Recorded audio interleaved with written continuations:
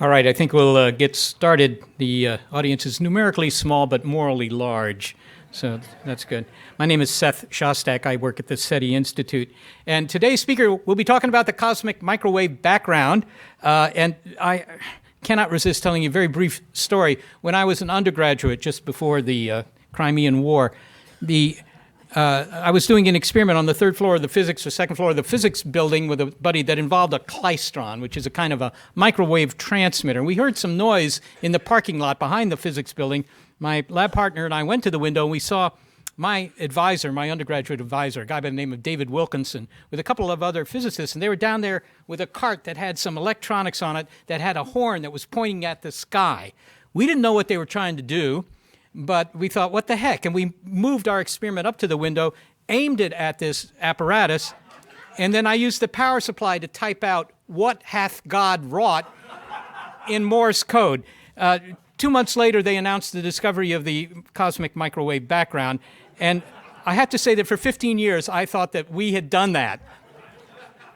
As it turned out, we hadn't. All right, our speaker today is Brian Keating. He's a professor of astrophysics at UC San Diego's Department of Physics. Appropriately enough, he and his team of 21 students and postdocs develop instrumentation to study the early universe at radio, microwave, and infrared wavelengths. Doesn't leave too much of the spectrum free there, Brian. He has degrees from Case Western Reserve and Brown University. He did postdoctoral research at Stanford and was an NSF postdoctoral fellow at Caltech before going to UCSD in 2004. This goes on for a while. This is a very accomplished gentleman. He received the 2007 Presidential Early Career Award for Scientists and Engineers at the White House from President Bush for a telescope he developed at the South Pole research station called BICEP. Brian co-leads the POLARBEAR and Simon's Array collaborations operating in the Atacama Desert of Chile. He's also a private pilot. He flew up here today from UC San Diego, right? He said it took him 90 minutes. It's better than Southwest. And is a trustee of the National Museum of Mathematics, and he has single and multi-engine instrument ratings, so if you'd like to bum a ride. He's a member of the board of directors of the Arthur C. Clarke Center for Human Imagination and the San Diego Air and Space Museum, and he adds that his professorship at UC San Diego would not have occurred were it not for a complex series of events precipitated by none other than Jill Tarter of the SETI Institute, and he'd be happy to explain this to you in private. Today, however, he's going to explain to us in public how the cosmic microwave background can constrain such phenomena as primordial magnetism, elementary particle masses, and even, not to stop short, the origin of the universe itself. Brian Keating, The Twisted Universe, the cosmic quest to reveal which end is up. Thank you. Thank you, Seth. Thank you for reading that exactly as my mother wrote it for you. It's quite a pleasure to be here on Earth Day. I had a delicious lunch. Thank you, Bill Gates, for providing lunch today. It's quite delicious, and I saw it was sponsored by Earth Day. It was in honor of Earth Day. So keep that in mind. I'm going to be talking and referring back to just what would you serve on Earth Day. I think that in the back of your mind we'll be discussing these interesting questions appropriate for my visit here today. So as Seth said, I'm a cosmologist, not to be confused with a cosmetologist, as my mother's friends think, and then they rapidly lose interest after that. But I was thinking, why would they invite a cosmologist to the SETI Institute? This is an august institution with many alums, shall we say, that have gone on to search for extraterrestrial intelligence. It's quite awesome. I'm just a cosmologist. I spend most of my time looking at noise. Okay, so why did they bring me up here? What was the reason for it? And I thought of Lev Landau, who, in his typical fashion, very ebullient Russians. They're known for their humor. This is as much of a smile as he ever had, apparently. So they're not known for their humor. So he said cosmologists are often in error and never in doubt. And I started thinking, maybe that's the reason they invited me up here. They want to see the error of our ways. But then I started thinking about what you guys do here at the SETI Institute, and it's quite amazing. You guys are always in doubt, and you always know that there's some sort of error that's lurking in the background. The question is, how do you determine which is the actual signal that you find from some extraterrestrial intelligence and which is noise? And so perhaps that's a point of commonality between the research that I do. So my question is, do we understand the types of laws that govern cosmology and physics? We think of ourselves in error, and we quantify that error nowadays. And the question is, how do you quantify errors and the limitations of your knowledge? We say error analysis is the quantification of your ignorance. It's not the kind of thing that really makes freshmen really happy when you tell them that. I'm teaching a class in error analysis right now, and I started thinking about, well, what's the fundamental equation? It's been called the second most important equation in all of science. And of course, it's Frank's famous equation, the Drake equation here, which has comprised of many, many different terms. And in physics, there's a well-prescribed mathematical prescription to assess the impact of the individual errors in each one of the individual terms. Combining those measurements together results in a final answer, which will have its precision and accuracy limited by the precision and accuracy of the terms that go into this equation itself. So I started thinking about this, and perhaps the Drake equation can be said to be accurate. In other words, you can get an accurate estimation, but you don't know what the true answer is, so perhaps it's not very precise. So I started thinking about that, and perhaps why we don't see evidence for aliens. Fermi's famous paradox: where are these aliens? So one answer to this paradox is that we don't see them because they don't want us to be them to be known to us. I almost said we don't want to make ourselves known to you. Okay, so I can't reveal my alien origin.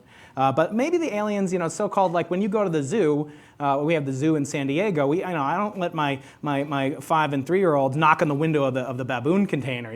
That's not going to be safe for them, right? So aliens might be here, but just not making themselves known.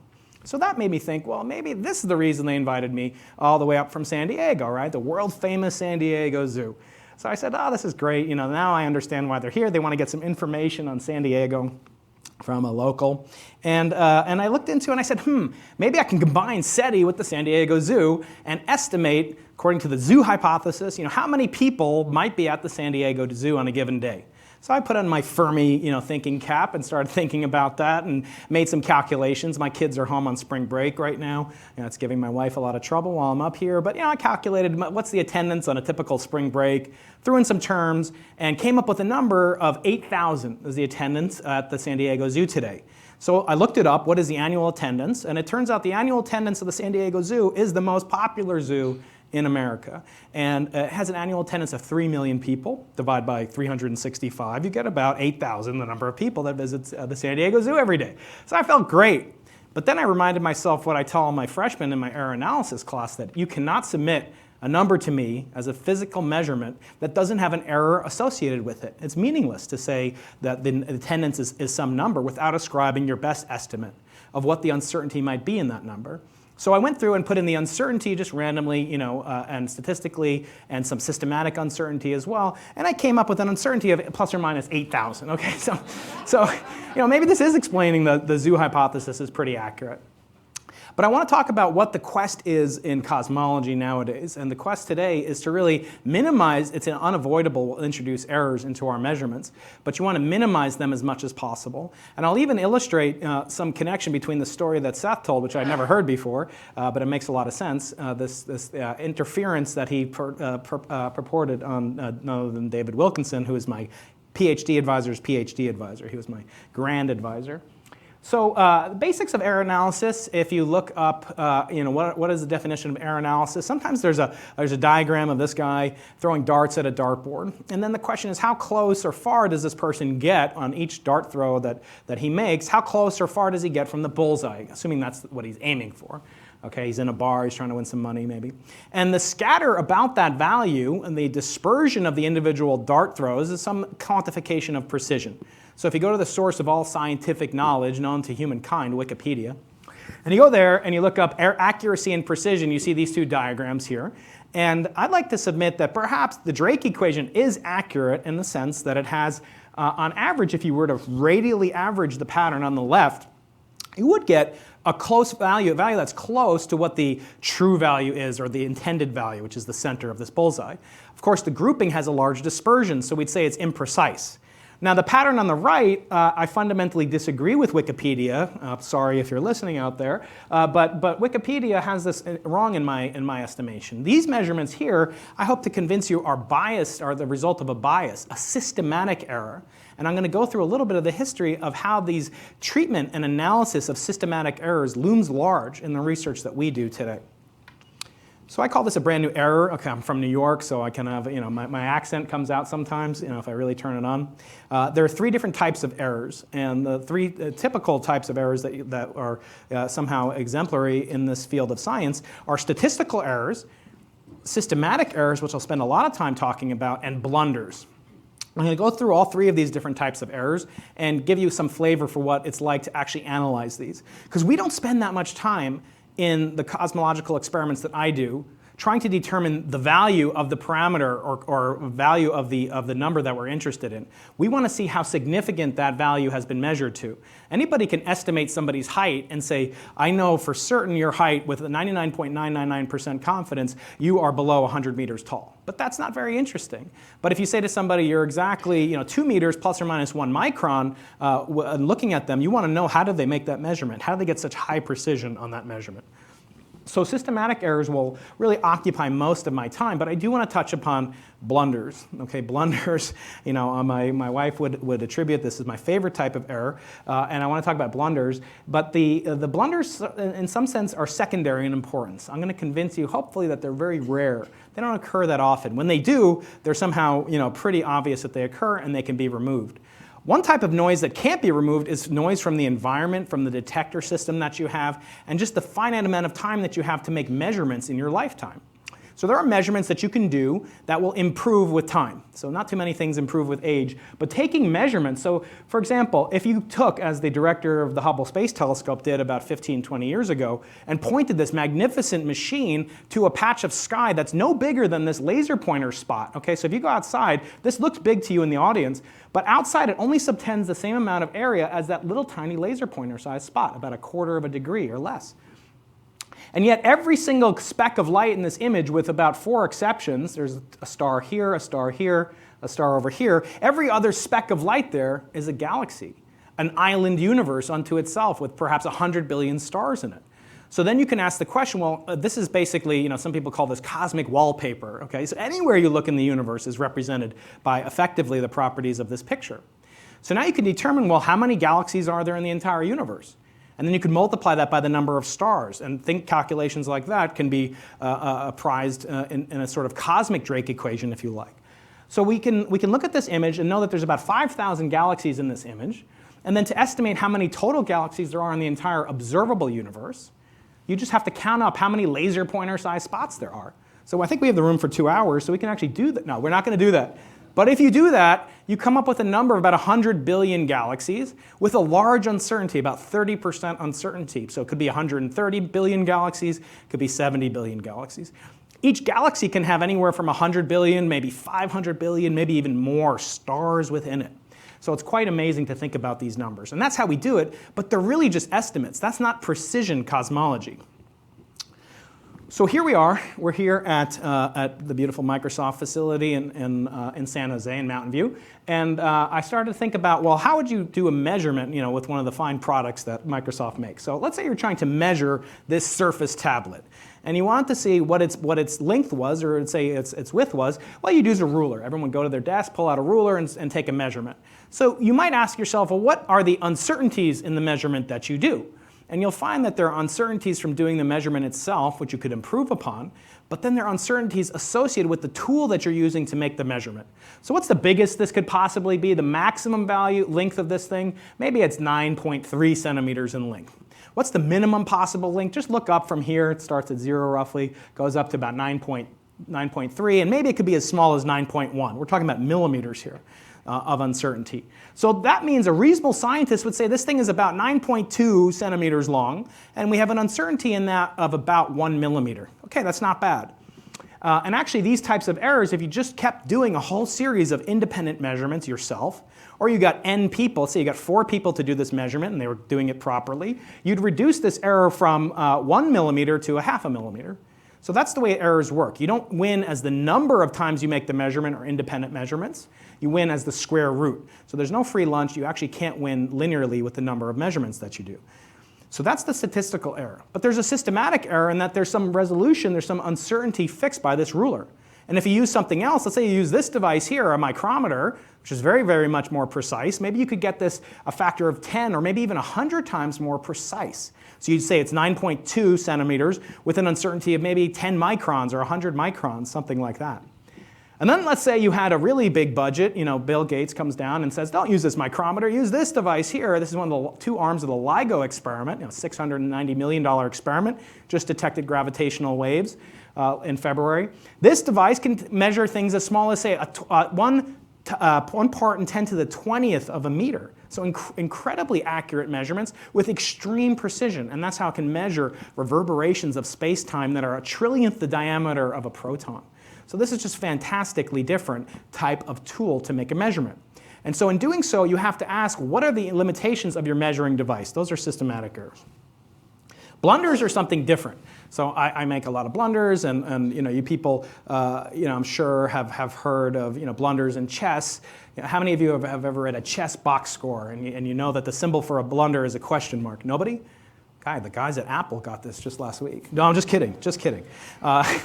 Blunders can occur in chess, not just in chess. In chess, they're denoted by a question mark, and brilliancies are denoted by an exclamation point. And sometimes you have a brilliant blunder, the title of this book by Mario Livio. It's a wonderful little book about all these different blunders that led to amazing insights from Einstein to Darwin. And these blunders turned out to be brilliant. So that's a question mark and an exclamation point in your chess box score if you're keeping score at home. They don't occur very frequently. They're pretty rare, but sometimes they can lead to serendipitous discoveries, and we'll talk about that in a little bit. And so I was thinking about what kind of blunders might possibly be made around the SETI environment. Okay, not that you guys are going to make any blunders. So last week, Yuri Milner just announced that there's going to be this $100 million star shot, breakthrough star shot, where they're going to send 100 million Microsoft Lumias, or they're going to send something into space, right? Little cameras go into space, and they're going to go to the star system Alpha Centauri. So I'm an astronomer, most astronomers, they don't know what constellations are which, but I know for sure that Centaurus is a southern hemisphere constellation. But beyond that, I don't know that much about the constellation Centaurus. I know that Alpha Centauri is the brightest star in the constellation Centaurus. So that's how it gets its name. Here's what it looks like. I'm sure you could recognize it anywhere. There's two stars are like commodities. Any star looks alike as long as it has the same temperature roughly. So here's how it's denoted. Alpha, the Greek letter alpha, denotes the brightest star in the constellation Centaurus. Now, what if Milner's Lumias and they're flying off into space over here? What if instead of getting the coordinates for Alpha Centauri, someone gives them the coordinates for Centaurus A, also in the constellation Centaurus? Well, Centaurus A looks like this. It's a very powerful black hole-driven galaxy that's emitting copious amounts of energy across the entire electromagnetic spectrum, and it's about 10 million times farther away. So unless Yuri wins the Breakthrough Life Prize and extends his life by a factor of something like 200 million years, he's never going to see it if they make a blunder and go off in the wrong direction. Still within the constellation Centaurus, only a few degrees away.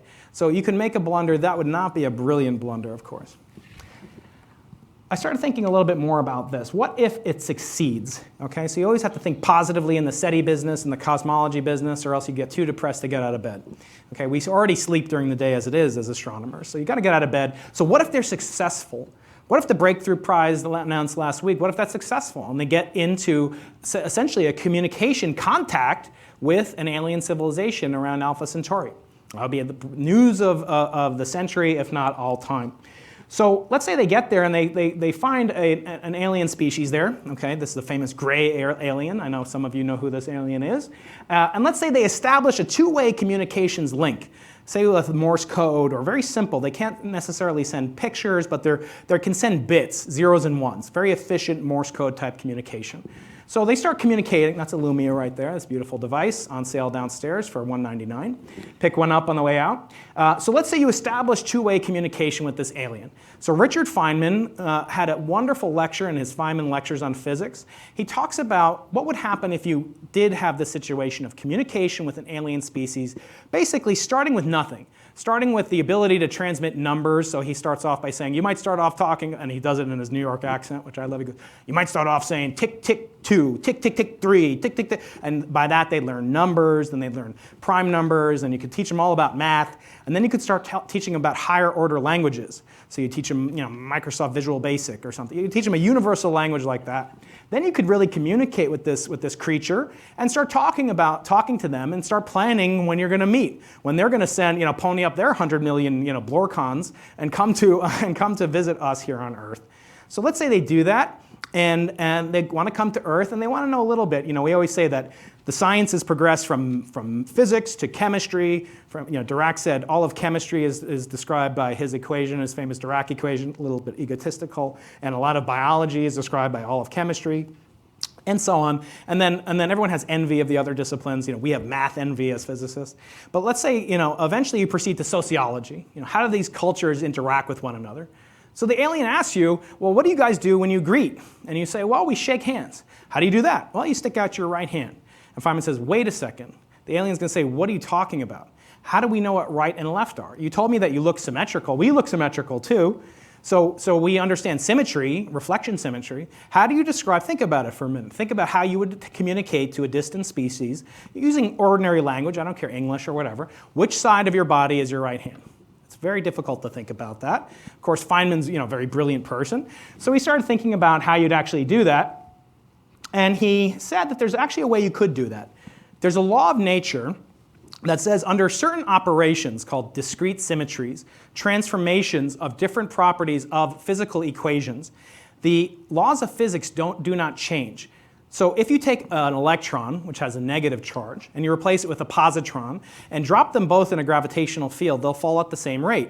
So we say that object, that system has charge inversion symmetry. It doesn't matter. The physics that you're observing doesn't depend on the charge of the particle. So for gravity. We used to think that all the laws of physics were like that. But it turns out that there's a defect in one of the laws of physics called the weak nuclear force. The weak nuclear force can actually distinguish, and I urge you to read Feynman's beautiful description, but he described that you could make an experiment, and you could tell the alien to make your experiment out of these cobalt-60 atoms, which always emit an electron in the direction that's consistent with the left-hand angular momentum of this object. So the electron is going off to the right here, and you never see this direction, even in a mirror. If you reflect this thing in a mirror, you'll never see an electron, a cobalt-60 atom that's rotating and shoot an electron in the right-handed direction.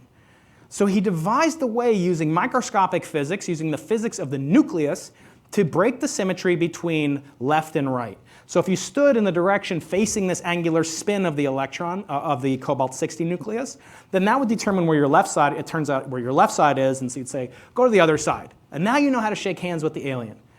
But it turns out that this whole system has another compound symmetry. If you reflect across a mirror and you change the charge of the electron, into a positron, you can actually get the same type of behavior upon reflection of itself. So he says very beautifully, if you look at the alien, and the alien if the alien is made of antimatter, then the alien, after everything you told him, he has anti-cobalt-60. He will stick out his left hand. And Feynman said, do not shake it, because you'll both evaporate. So he said, be very careful about that. I want to tell you later on today a more dramatic and much worse scenario that awaits humankind. Okay, so stay tuned. And it's a consequence of this violation, not at the cobalt-60 level with these friendly aliens, but perhaps on the scale of the entire universe. And that's the cosmic universe. So be careful if you ever meet somebody and they stick out their left hand. Okay, you have to be very careful. Even this guy. Okay, let's go back to Wikipedia. Let's go back to this dartboard example here. Say you're playing darts and you throw the darts and you realize that there's a strong wind blowing from your upper right to your lower left, and it's causing a deflection of your otherwise beautifully thrown darts. Okay, so we're back to this example over here. So you get this pattern over here. I claim that this is the result of a systematic error. There's something in the environment, there's a wind coming in, and it's blowing your hand off course, your dart off course, and theoretically you could correct that. You could move the target, which a lot of us like to do. We like to move the target, we're playing with our kids. We have to win the race. Or you could make another experiment. You could take an anemometer, you could take a barometer, go down to the airport, ask them what's the wind direction and speed, and then you could correct your throw based on data from another measurement. So the way to remove systematic errors is to force yourself to do another measurement, which may be similar to the measurement you're trying to do, and then subtract the results of that measurement from the original measurement, and that would then correct this wind-blown dart pattern back to the center. Okay, so is that clear? That is the way that you treat systematic errors. We talked about blunders. Talked about statistical errors, which you can just take more data, and these are systematic errors. You have to build a whole new experiment or part of a new experiment. Another way to call this correction of systematic errors is calibration. So some of you, when I give this lecture in my error analysis class, Physics 2CL at UCSD, there's 300 students in the audience, and I say, remember, the NASA, the ECHO project, it's 1961. Did you guys remember it? No, but some people in this audience probably do remember it, okay? I know for sure that Seth remembers this project. So ECHO was really the first internet. So for you young people, the internet really started this transcontinental communication with radio waves. This is really the first example of that. They launched an enormous balloon that was metallized. They shot beams of radio waves from Caltech, from JPL actually, in Pasadena, reflected off of this enormous sphere, and then they collected those radio waves in the 7-meter Holmdel antenna in northern New Jersey. And this is the device that was used later by Penzias and Wilson to detect the cosmic background radiation that I'll talk about today. But back in the 1960s, the early 60s, this was the internet. So, if your sister was, using the modem a couple of years ago, that was pretty bad. If there was something wrong with this balloon, and it turned out there was, it lost a lot of energy by scattering. It turned out not to be very efficient. So they upgraded it, and thankfully so, because the upgrade actually led to the winning of the Nobel Prize by Penzias and Wilson.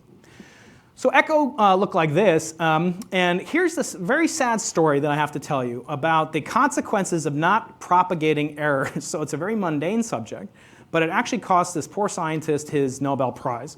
So this is Edward Ohm, no relation, I think, to the famous Ohm of resistance fame. But this is Edward Ohm using the exact same 7-meter, 20-foot antenna that Penzias and Wilson would later use. And here's his paper from 1961. This is the year after Frank Drake made the first attempt to measure SETI in the 21-centimeter regime of the electromagnetic spectrum. I'm not going to go through the details. I do it for my students so that they can later win a Nobel Prize and thank me in Sweden. But the way that he did this, he added up, for you radio astronomers, you'll know about antenna temperature. He added up all the different terms that he thought could contribute to the signal that he measured. He measured a signal of 22.2 with an uncertainty. He was good about including an uncertainty of 2.2 Kelvin. Okay, it's very suspicious to see all those twos. Deuce is wild, but that's actually not the issue. What he did wrong was he found that the highest temperature that the telescope could have possibly been seeing was about 18 Kelvin. The difference, actually 19 Kelvin. The difference between 19 Kelvin and what he observed, 22 Kelvin, was 3 degrees, okay? Famous number, 3 degrees Kelvin, that he later would ascribe not to the cosmic background radiation, but from something that is almost entirely unheard of. He ascribed this excess 3 degrees Kelvin to the fact that these errors don't add together in quadrature. They don't partially cancel each other out. That they all added together linearly. So you added only the plus value. So you added 0.2 to 1 to 0.65, etc. So it's as if he's saying, I know I made a mistake, and I know the exact way that I made a mistake, and so I'm just going to correct for that by subtracting the maximum value. When he corrected for it, he gets a value of 21 degrees plus or minus 1 degree. So this is exactly almost consistent with his original measurement. So the whooshing sound that you might be hearing now is his Nobel Prize. So what happened immediately afterwards is these fellows, Penzias and Wilson, used the exact same antenna. And what they did is they said, no, maybe that's not just a conspiracy that all errors add together positively. It's as if you measure the length of the surface and you say, it could be as big as a 9.2 plus 1 millimeter or 9.2 minus 1 millimeter, but every time I do the measurement, something's causing it to only add up to be the pluses. If you have a 50-50 chance, sometimes the errors will be too small, sometimes the measurement will be too big, and it will tend to cancel out. He said, no, for some mysterious reason, it didn't. They did a separate measurement where they had this beautiful calibration system where they compared the microwave sky to a temperature that's very close to microwaves, namely that of liquid helium. They got a value when they actually go through it, an error that's 3 times smaller, so 0.3 degrees Kelvin. They could not get rid of this excess, and they finally called it, this is the cosmic microwave background radiation. Although they were very reserved in their paper title, this is the paper that won them the Nobel Prize. And it just says a measurement of excess antenna temperature at 4060 megacycles. So it's quite, it's a very, kind of burying the lead, so to speak. But they do talk about this companion paper by Dickey, Peebles, Roll, and my grand advisor and Seth's friend, David Wilkinson, who would later, see the hand of God, or whatever Seth called it, what hath God wrought in the heavens. So they went on to win the Nobel Prize. So let's talk a little bit more about this cosmic microwave background, because we are attempting to use the same tool that Penzias and Wilson used to really put the nail in the coffin for the steady state models of the universe. We're attempting to use that for something in some ways could be, I don't want to oversell it, could be the biggest thing that ever happened in the universe. No, it could be as important in a certain sense, because it could really undermine the laws of nature as we understand them. I'll explain that. So here's Penzias and Wilson. They're in New Jersey, and they're looking at the, not at the Echo balloon anymore. They launched a satellite called Telstar, which was much more powerful. It could amplify the signals rather than just reflecting them. So that freed up the 7-meter telescope for them to go back down to New Jersey and examine this glowing afterglow of the Big Bang, which we later thought about. No, this is not what the sky looks like in northern New Jersey. Sorry, I'm a New Yorker, I can't resist. But it's actually what your eyes would see if you were looking at microwaves. If your eyes could be sensitive to microwaves, you see a uniform glow in all directions on the sky that's basically unpolarized and doesn't change from day to day, hour to hour, year to year, decade to decade. It's a true cosmic background type of radiation.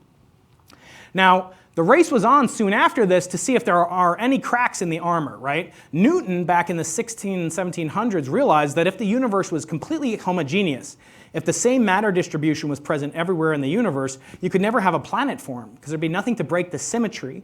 So you need something to break the symmetry to have a planet here. So if this is the oldest light that there is, a fossil relic of the Big Bang, you expect it. It has to have some inhomogeneities and anisotropies, we call them.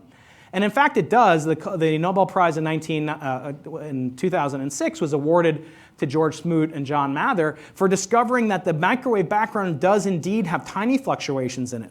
The fluctuations in the microwave background, this is the way you'd see them if you got rid of the 3 Kelvin background, or at the 1 part in 10 to the 5th, so tens of microkelvin on top of a 3 Kelvin background, embedded perhaps from Earth in a 300 Kelvin temperature Earth.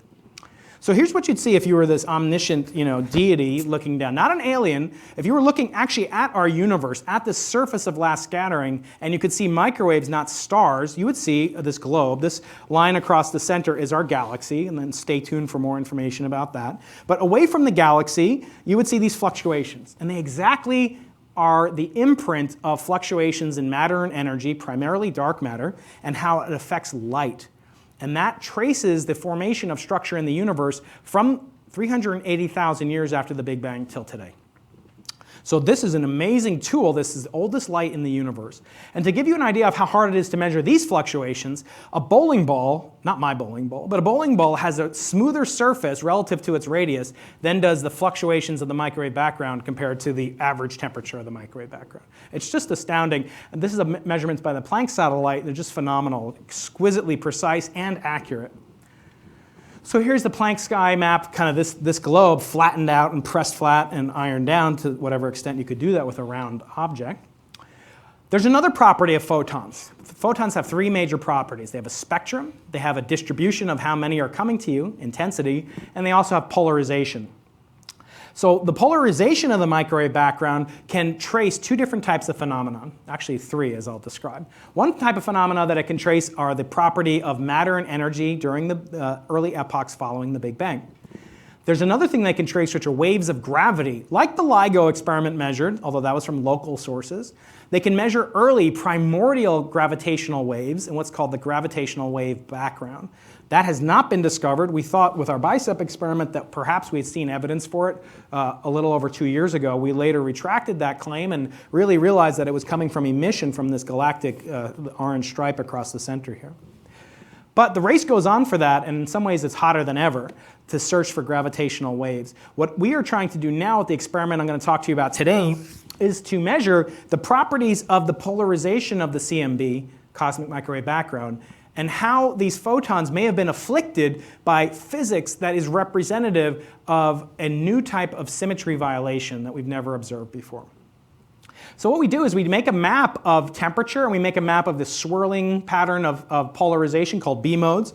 And it's really similar to taking these polarizers and pointing them to a part of the sky and rotating them about the direction of that you're viewing. And if you twist two polarized with respect to each other, you can see that they'll, at right angles, they'll exactly cancel each other out. And then at a right angle or 45 degrees to that, you'll have some transmission. And then once you go 180 degrees, you're back to complete obscuration. So we build detectors that look radically different than these types of Polaroids that I have up here, but that's all Jerry Brown, my boss, will pay for. The Polaroid sunglasses that you might have do the same thing. They're filtering out one type of polarization state, rejecting the other one, so that you get less intensity going to your eyes. What's really cool is that we actually are able to show in this very auditorium that human beings, we know that we have 5 senses, but my claim is that we actually have 6 senses. So there's a 6th sense, and it's not, it's not these guys over here. This is a great movie, but it's actually, if you look at them like this, if you look at Bruce Willis like this, there's a phenomenon in your eyeball that allows you to detect polarization of optical light. Most people don't know about this. I didn't know about this for many years, but it's actually a beautiful phenomenon called Heidegger's brush. So it's a property of the pigment in your eye, in your retina, in your macula, that causes one polarization state to propagate with less impedance, if you will, or to propagate with less diminution. And so there's a quadrupolar pattern. You can see there's sort of a bluish lobe here, and this greenish yellow lobe over here. You can actually see it on a sunny day opposite to the sun. Has anyone ever seen it before? Okay, good. So if you look at this pattern, I'm going to take it away, and there's still some persistence, and the screen is still slightly polarized from reflection of the projector. I'm going to take it away instantaneously, and then see if you can still see a faint outline of it. Sometimes I see the complement of it. Where it's yellow, I see blue. So I'm going to take it away. It goes away instantly. Trust PowerPoint can do that. So it goes away instantly, and you can still sort of see it if you stare. I'll do it one more time. So if you look at this Heidegger's brush, remove it, there it's gone. You can sort of see the outline of it. Did anyone still see it? Yeah, good, cool. So that's proof that you actually have a 6th sense. So you can tell your friends you should star in the next movie by, what's that guy's name? M. Night something I can't pronounce. So what I'm interested to do is to use polarization sensitivity, not of our eyes, but of this magnificent machine that's located in the Atacama Desert of northern Chile. It's actually the highest telescope that does cosmology in the world. It's at 17,500 feet. So it's above half the atmosphere of the Earth. It's like another alien kind of landscape. I shouldn't say that here because you guys know about real alien landscapes. And what I'm going to talk about today is not the Big Bang and inflationary gravitational waves that you might have heard about recently. I'm not going to talk about the other properties of nature that we can concomitantly measure, such as magnetic fields. I am going to talk about something called Lorentz violation. So I said that the most important. I said that the Drake equation is the second most important equation in science. The first most important equation in all of science, of course, E equals mc squared. Everybody knows that, even if 99.9% of people don't know why they know it and don't know what it means. Okay, I'm not going to go through that. Suffice it to say that that law of nature by Einstein is built on a bedrock foundation of something called Lorentz symmetry. It just means that essentially the laws of physics are everywhere homogeneous and they're everywhere isotropic. They are the same everywhere and they look the same everywhere. If you turn your head upside down, they look the same. If you look at in a mirror and you're both falling in a gravitational field, you're going to fall at the same speed as your mirror image will. So that's called Lorentz invariant symmetry. It's the bedrock of basically all the laws of physics. This is a slide from my friend Matt Muse. And it shows Newton's laws, electricity and magnetism, gravity. They're all predicated on different really foundational pillars of quantum mechanics, Lorentz symmetry, and curved spacetime.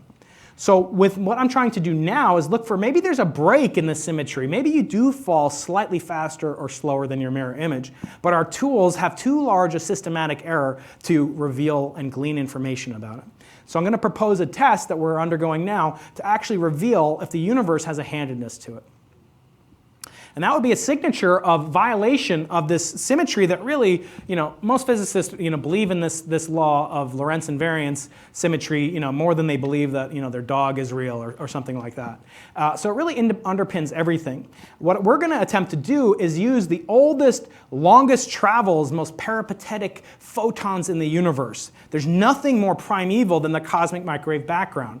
Those photons were born 380,000 years after the Big Bang, which itself was 13.8 billion years ago. So there's a cute connection for the cognoscente. I'm not going to go into the actual math behind it. I'll show you the consequences of it. But if you take ordinary Maxwell's equations and you assume, for the moment, that the universe may not respect this Lorentz invariance symmetry, then you actually will get a different speed of propagation for what's called left-hand circular polarization versus right-hand. I'm glad I did that. Usually I go left-hand and right-hand, but I did it right this time. It doesn't look right to you, but it looks right to me. And that will have the consequence of rotating the plane of polarization. And this type of term has a general name for it. If you add this to it, it's Chern-Simons. These are two mathematicians working at UC Berkeley, just up the road, across the bay. And Jim Simons later would turn out to be the biggest patron of the research that I'm doing today. So it's just a cute consequence of his post-PhD work that led to a prediction in pure mathematics that then has applicability not only to the physics that I study, but also string theory. So it's quite amazing that this pure mathematical conjecture has relevance in the real world of physics and astronomy. So what would be the effect, the observable effect of this Chern-Simons, this cosmic birefringence? It would mean that if you started off with a vertically polarized photon over here, say this is the surface of last scattering, then the photons propagate through medium, through vacuum, which we think is a vacuum, and then they come out slightly rotated. So this is exactly like this little crystal of calcite, Iceland spar. This device here, if I took this Polaroid, I don't have time to do this, but if I shot this laser in and twisted it, you'd see that the polarization of light coming in on this side gets rotated just a couple of degrees. And it leads to two different refractive indices. So you'll see a blur when you see this object. You'll see one index of refraction comes out at one slightly different angle than the other. So the images look blurry. You come up afterwards, you can see them.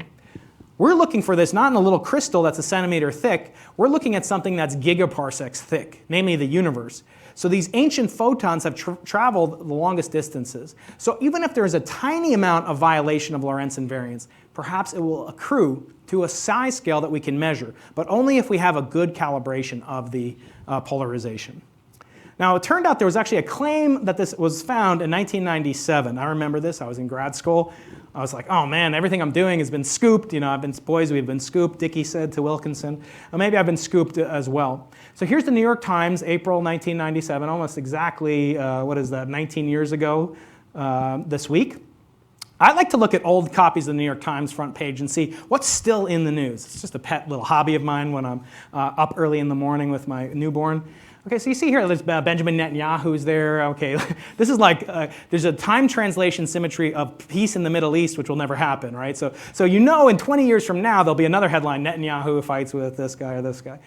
There's a Serbian leader, you sometimes hear about that. There's Newt Gingrich, okay, he was just running for office not too long ago. Pataki is running for office. So it's pretty interesting. There's a time translation and variance of headlines of the New York Times. Okay, so let's zoom in on this article here. And they actually claim that they saw this rotation, this twistedness that was defining an axis in the universe from the constellation Aquila to the constellation Sextans, okay, the sextant.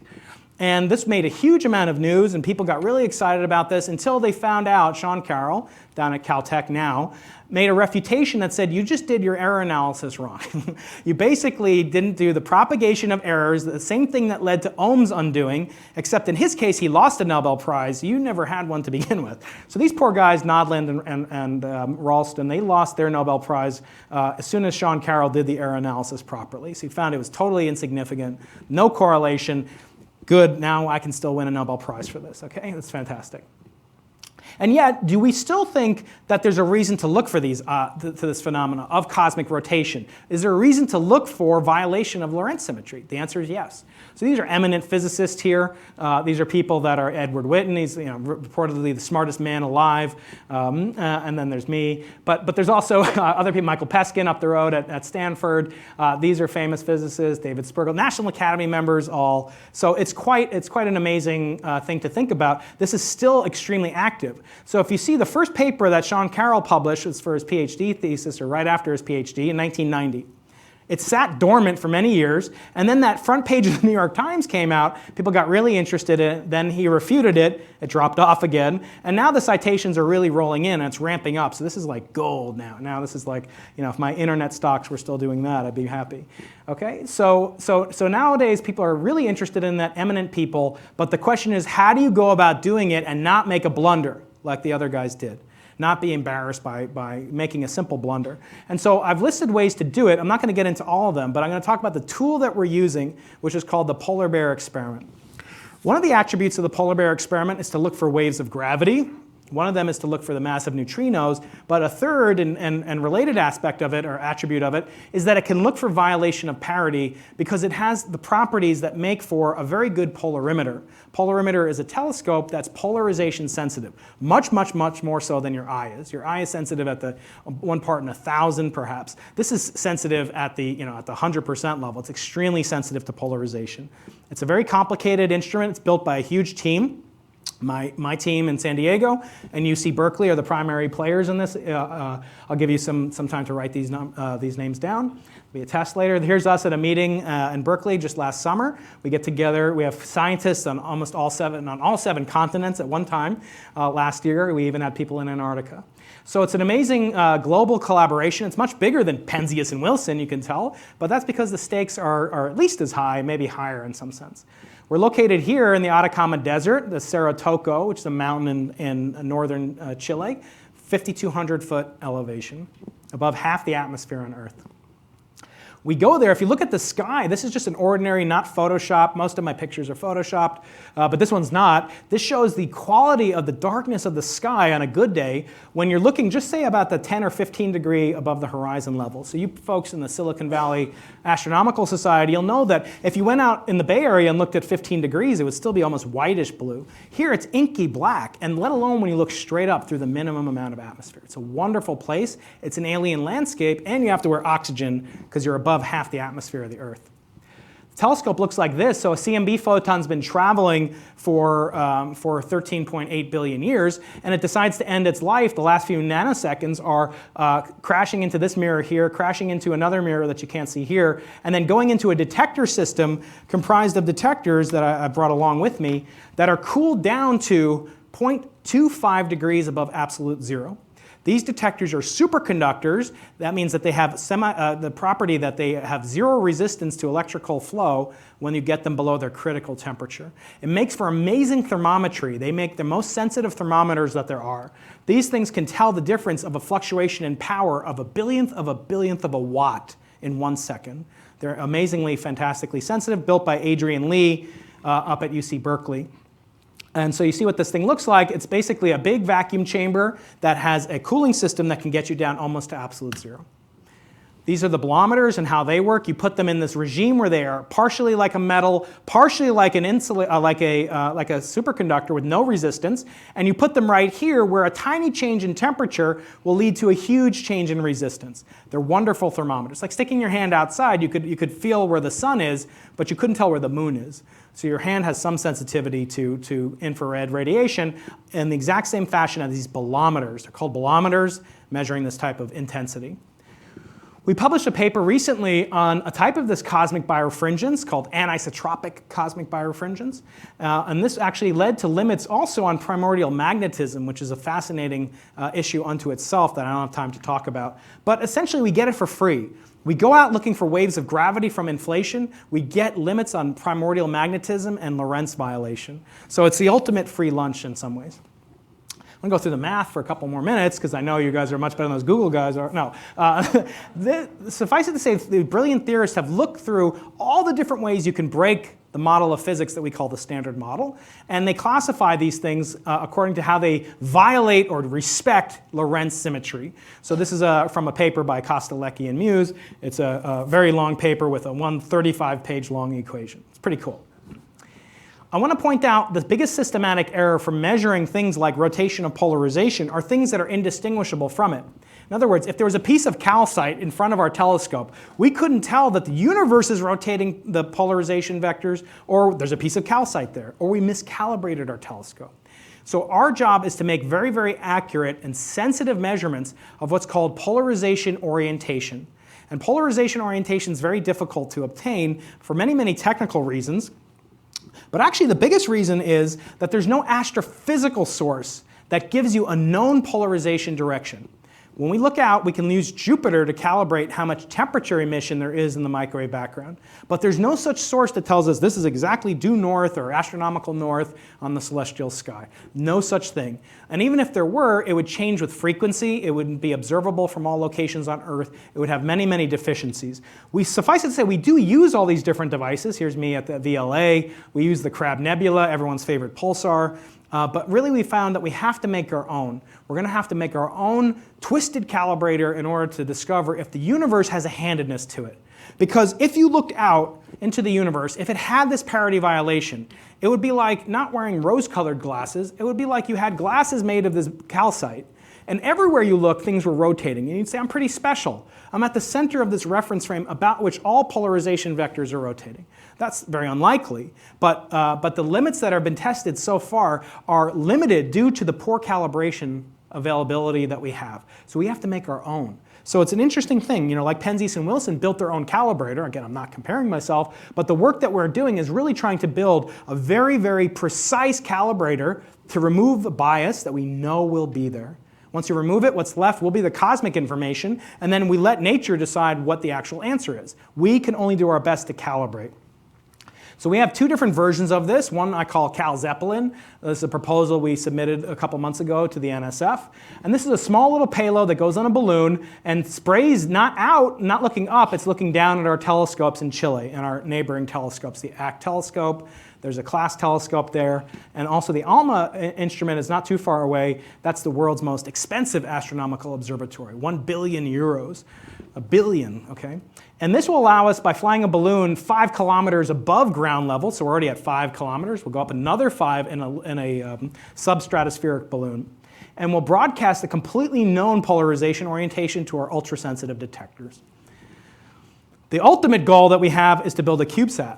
So I know that there are people in the audience involved with space flight and things like that. We're looking for opportunities. We were invited to submit a proposal for a CubeSat. These are small satellites, a cubic foot or so approximately. And this would be the ideal place to put it. You'd put a satellite in orbit. It would be shining down a polarized microwave source.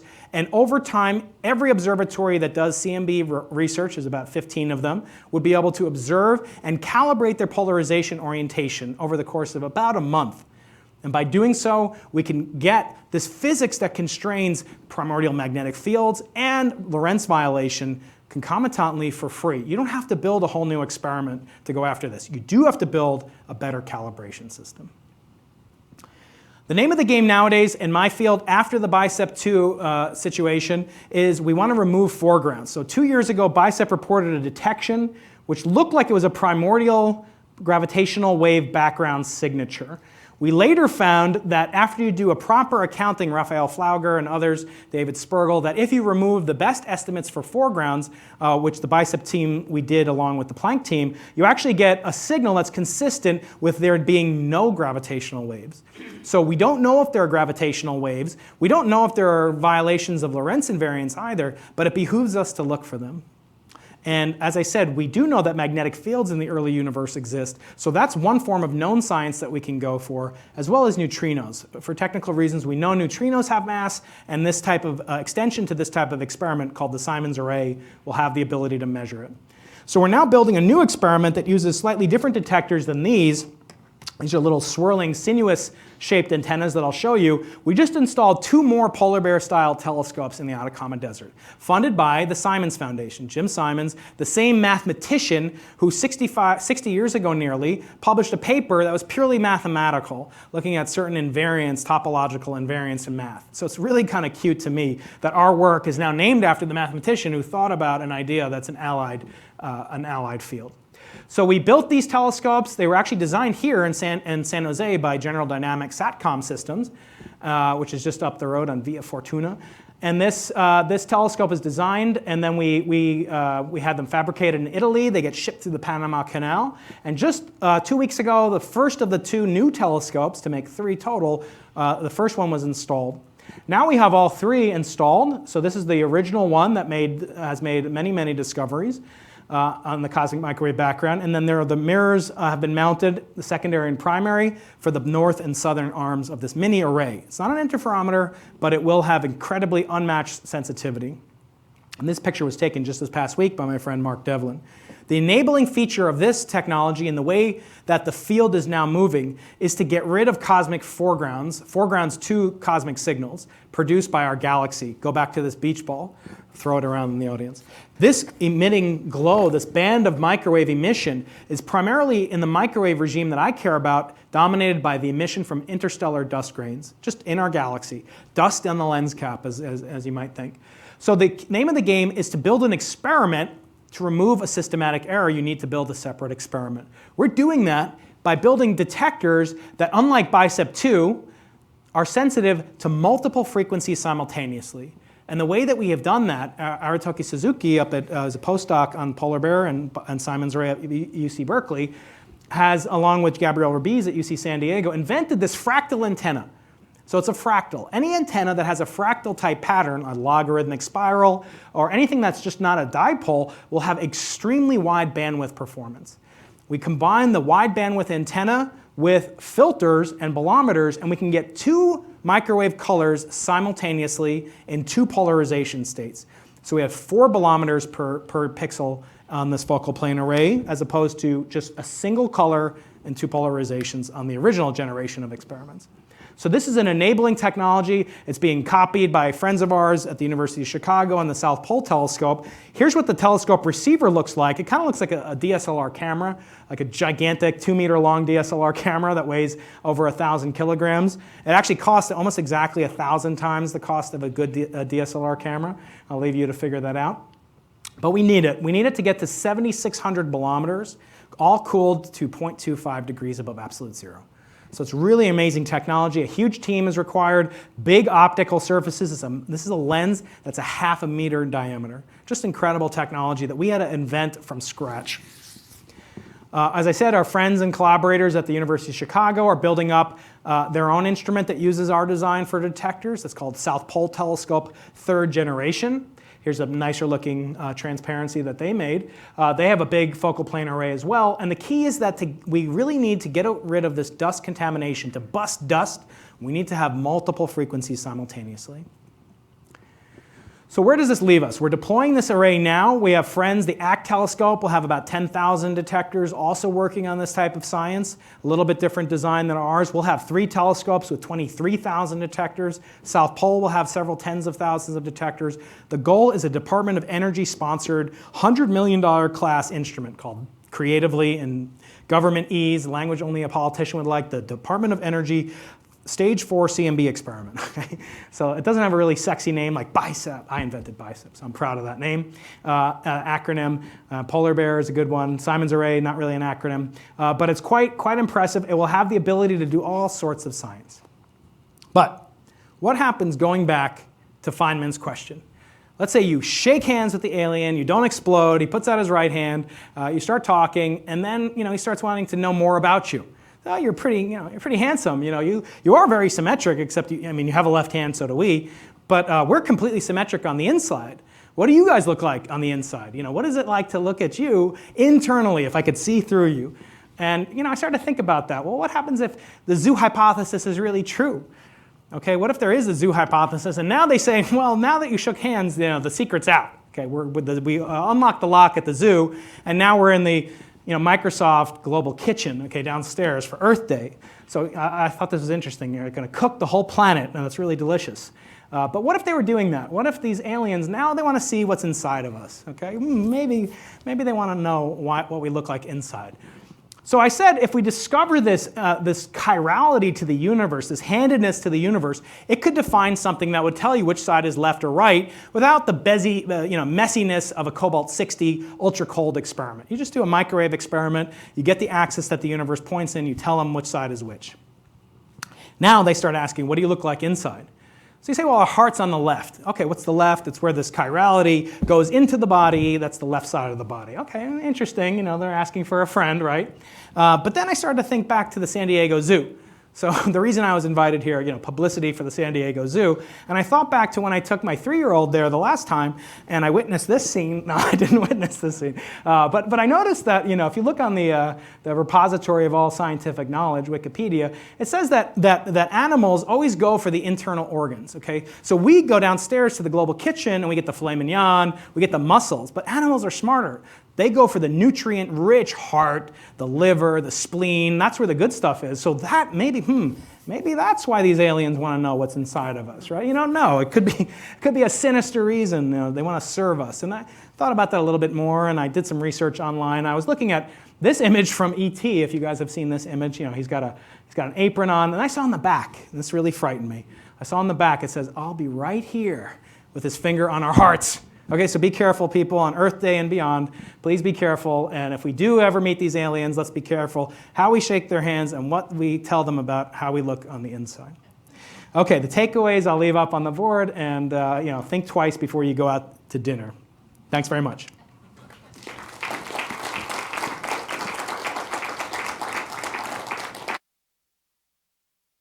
Questions? I'm going to have a microphone. If you can wait for the microphone, we can.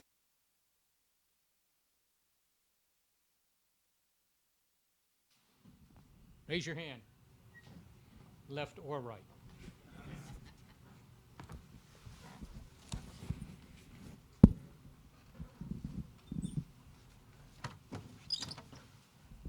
I was wondering why the dust generates so many microwaves. I didn't think dust just by itself would be microwave radiated. Yeah, that's a very good question. So the question is why did the dust signature, why was that such a confounding signature for the types of astronomy that we're trying to do?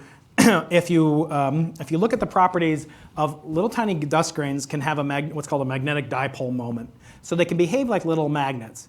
Our galaxy is teeming with magnetic field structure. So there are supernovae that have bubbled up and blown up and shot off charged particles, cosmic rays, etc., that have propagated throughout the galaxy. So there are magnetic fields in our galaxy. There are tiny pieces of dust grains in the galaxy, and they can get aligned just like the long chain molecules in this Polaroid here. They can get aligned the same way. So if you went and zoomed in on one of the molecules here, you'd say, "Oh, that's not so big," but it makes 100% polarizer, doesn't it? So it's possible for microscopic dust grains, as long as they have a magnetic moment, and they can get spun and not lose energy over long periods of time and exist in a coherent state, they can actually mimic the same swirling patterns that the B modes from inflationary generated gravitational waves would produce. Exactly the same. There's another type of emission called synchrotron emission, which is due again to the galactic magnetic field, where you have electrons spiraling in the galactic magnetic field, and that's a property that's more of a nuisance at low microwave frequencies. Other questions? Here's one over there.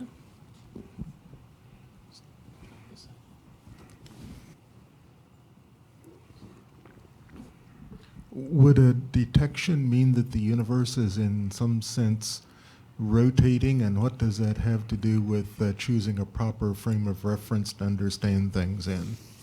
Yeah, that's a good question. So the question is, if you found that there was a helicity, a chirality in the universe, what would that actually imply? So getting back to this image here of this direction dependence, there it is. So let's say there was some axis. It doesn't mean that the universe is rotating. We actually have constraints on the maximum amount that the universe could be rotating. And then it's fun to think about what is it rotating with respect to. But ignoring that, let's say, what would this mean? It would mean that really on macroscopic scales and microscopic scales, the universe behaves just like this crystal does. So it's as if, again, you're surrounded by a shell or you have glasses made out of calcite. So everywhere you look, you would see rotation about the direction that your eyes are pointing, if you will, the boresight direction that you're looking. That's a special direction, right? Copernicus would have a field day with that and say, what makes you think that A, there is a preferred reference frame, and B, what's the probability that you're in it or centered in it? So both of those are good questions to ask. However, there's one contravailing factoid, which is that the direction of radial propagation, the direction in which photons are coming towards us, is in some sense related to the time coordinate. So if you go back in space, you shoot a light beam back in space, it will move only radially, to a very good approximation, unless it gets gravitationally deflected. So there's a relationship between time and the radial coordinate. Well, there's a lot of things that could vary with time, namely, say, dark energy. So people have thought there might be a relationship between cosmic birefringence, this rotation, and the other thing that depends on time, namely this dominance by dark energy that's causing cosmic acceleration, for which the 2011 Nobel Prize was awarded. So the significance of us finding it centered on us wouldn't really violate the Copernican principle and make us any more special. It would just say there's something that is evolving with time. There's some field, sometimes it's called an axion-like field, or some other type of field that's evolving with time. And that would put us in four-dimensional space, something that would appear centrally located, but would really change with time as the universe gets older. Thank you. Regarding your suggestion of a relationship between the rotation and constraints on elementary particle masses, is that really correlative, associative, or is there some hypothesis on a causal level? Yeah, so the question is there a relationship between the masses of fundamental particles and perhaps this birefringence phenomenon, Lorentz violation? So the same types of particles that are responsible for weak interactions, which is where the cobalt-60 weak decay, beta decay, where that take place, that interaction is sort of the main playing field for the other type of particle that we're trying to measure, which is called the neutrino. So we know neutrinos exist. There are actually 6 of them, particles and their antiparticles. There's only 17 elementary particles. If you include the Higgs particle, there's 6 quarks, there's electron, muon, tau. You count them up, there's 17 fundamental elementary particles that can't be broken up more than they are. The neutrinos are 3 of those 17, and we have only constraints on their masses. They're the only particle whose mass is not known of the elementary particles. The Higgs boson, we just found out its mass after 50 years after it was predicted. That won a Nobel Prize. We have the capability using gravitational lensing, which I didn't have time to talk about, but really the universe, its gravitational structure behaves like this water in this bottle, and it refracts light based on Einstein's equation of linking the mass energy and space-time curvature. We can weigh neutrinos using the cosmic photons. In that sense, they're related because they are weak. They are the main participants in the weak force. So there potentially could be scenarios where neutrino physics is related to chirality, and also the neutrinos are maximally chiral. We only see one-handedness of neutrinos. There are other phenomena that might, at some very, very basic level, be related. Yeah. Another question? All right, you've done it. I have to say, just before saying thanks again to Brian, is that we were at the Institute writing out the usual $15,000 honorarium, but our controller said, no, he probably doesn't want that. No. He'd rather have this mug. Yeah, mug. So we'll give you this mug. Thank you very much. Brian Keating. Again.